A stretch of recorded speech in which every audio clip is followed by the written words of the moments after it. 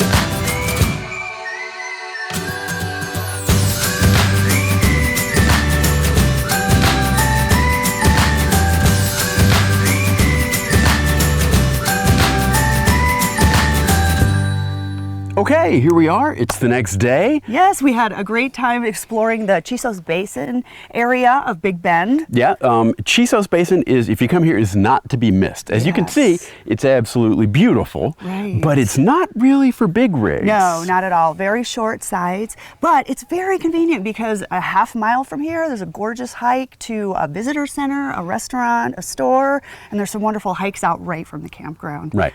Okay, so now to the results of our experiment. Yes. Okay, we started yesterday morning at 10 a.m. at 100% this time, and then we ended up at 10 p.m. at 84%. So, at the end of the day, after the same 12 hours trying to use the same amount of energy with solar, we wound up using 16%, which is exactly the same thing that we got without solar. So that's kind of funny, isn't it? Yeah, it is. And we weren't trying to nail that number. No. It just worked out that way.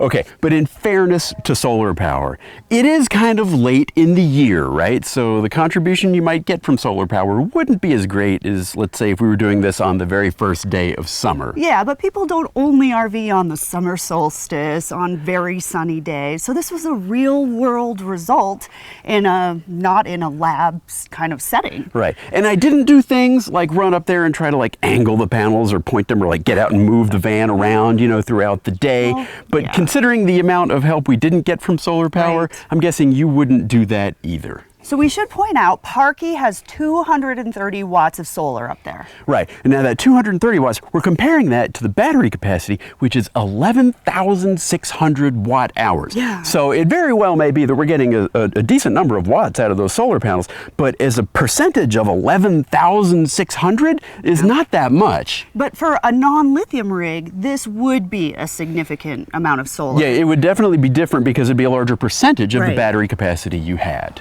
So, how do we wrap this up?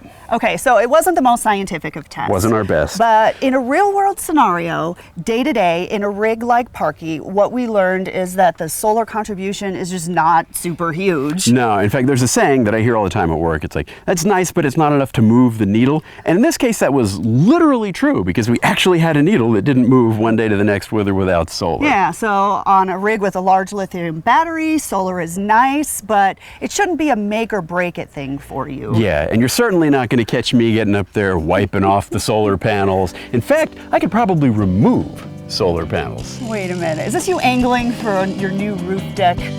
Maybe. Goodbye from Big Bend.